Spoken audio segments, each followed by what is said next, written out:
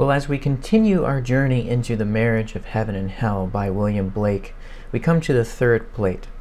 Now, in the previous plates, we've seen the title page, which has suggested an alternative understanding of heaven and hell, meaning that we're going into a new universe that doesn't operate according to the laws of Christian orthodoxy, but is somewhat in a dependent relationship to that orthodoxy, because something must be subverted. In the argument, we saw the narrator of this book, a Blake-like persona in the mode of prophecy and poetry, very closely related to the Hebrew prophets and the Hebrew poets, which Blake is tapping into that prophetic mode here, but also a suggestively subversive understanding of the fall. We have imagery that's redolent of the fall. However, it doesn't seem to be a fall. We have a woman reaching for fruit and someone in the tree giving the fruit to her. We saw that there is a just man on the path of righteousness,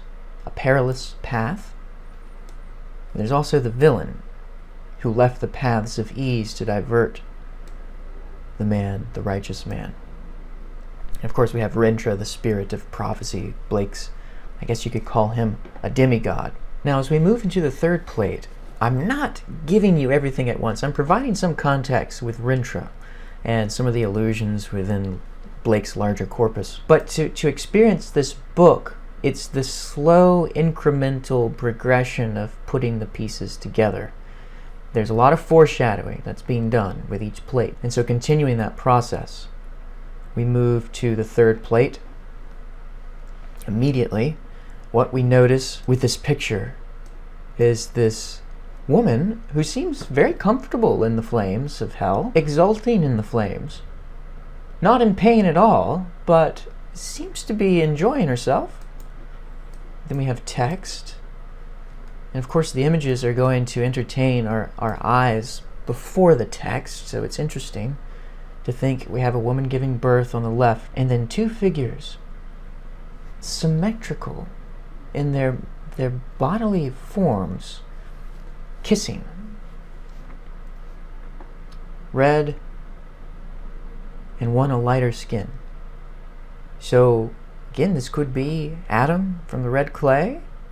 More likely, though, these are perhaps two brothers. These are the two brothers, Jacob and Esau. Esau was hairy, had red hair. So what we have here is perhaps the biblical figures of Jacob and Esau, each of whom Blake will reconsider them outside of the traditional norms, orthodox norms of how Christians have understood Jacob and Esau. So now we move to the text.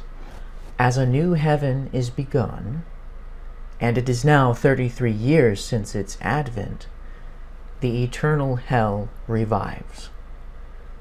The dawning of a new age. The new heaven was always a new age in Christian eschatology. You look at the book of Revelation at the end of the New Testament, you'll see that the new heavens and the new earth will be created, recreated.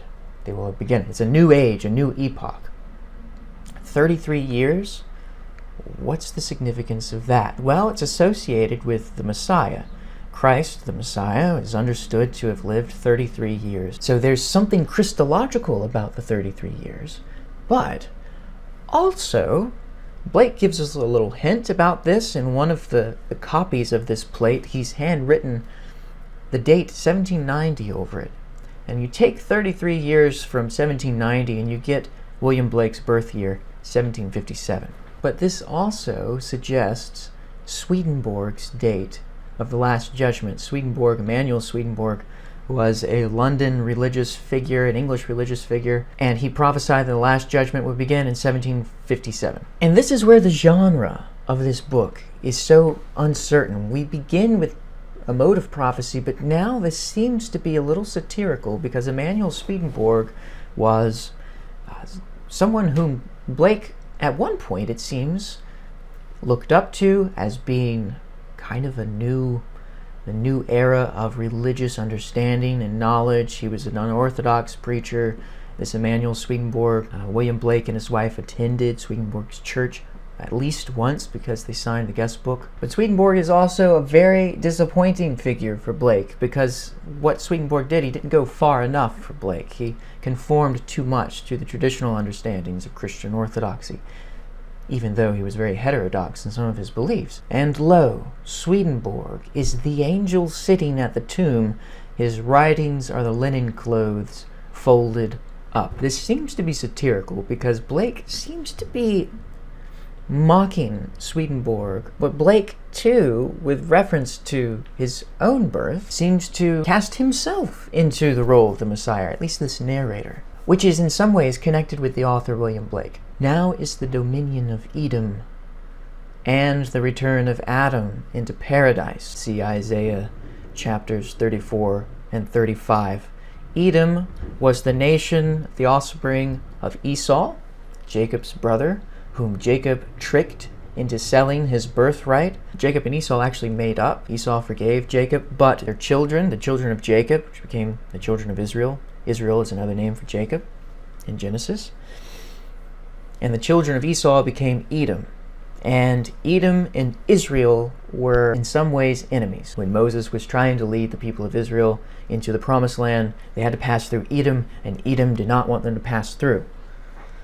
Around the time of Isaiah writing, just before the Babylonian captivity, Edom sided with the Babylonians against Jerusalem, against Israel. So their offsprings are at odds with each other. But now is the dominion of Edom, and Isaiah 34 describes how Edom will be destroyed. And Isaiah 35 speaks about this era of peace coming in, this apocalyptic era of harmony in which the world of suffering is redeemed and the inhabitants shall obtain joy and gladness and enjoy redemption. So already these figures are entering into the fabric of Blake's universe, and you'll have to tread this path again after you've read the whole book. Slowly we're getting an idea, getting a sense, and we see Adam here, or a figure floating above, just as we do here. We have the birds. It's very decorative. Adam returns to paradise. Paradise regained. And then we have some difference. There's a shift. And he's signaling it visually with this little decoration. Almost like it's a new paragraph. And the tone is markedly different from this wry, prophetic, satirical mode. It now moves into this mode of wisdom, it seems. Without contraries is no progression. Attraction and repulsion, reason and energy, love and hate are necessary to human existence. And then we have two figures here holding hands, representing the unity of two things in one pair. And here we have the set of pairs: attraction, repulsion, reason, and energy, love and hate. And here we get the doctrine of contraries, which will become so important to Blake's later writing in Milton and Jerusalem. And his universe is attempting to resolve these contraries in a way different from how Orthodox Christianity resolves these contraries. All right, this doctrine of contraries is throwing light upon the next plate, just as this paragraph threw light on the previous plate. The sneaking serpent that we saw in the previous plate, the villain, is about to be expelled by the just man. And here we have that elaborated upon here. It seems to be bringing in these two prophecies from the two chapters of Isaiah, the destruction of Edom and the return of paradise, which is what we have here. And then the doctrine came. Final paragraph. From these contraries spring what the religious call good and evil. Good is the passive that obeys reason. Evil is the active, springing from energy. Good is heaven, evil is hell. Again, these are not places, these are values or spiritual conditions, heaven and hell.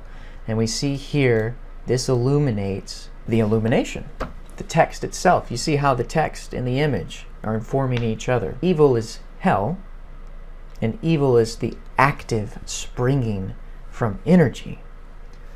And what we have here is almost a state of creation or perhaps inspiration, a luxuriation in what Blake redefines as evil, which is not, as he reveals, what the religious call good and evil. It's different. But already with meditation upon the imagery and the text, it's starting to reveal the paths we've already trod thus far into the marriage of heaven and hell. And it's going to slowly get clearer as you learn to follow this new logic that Blake is laying out.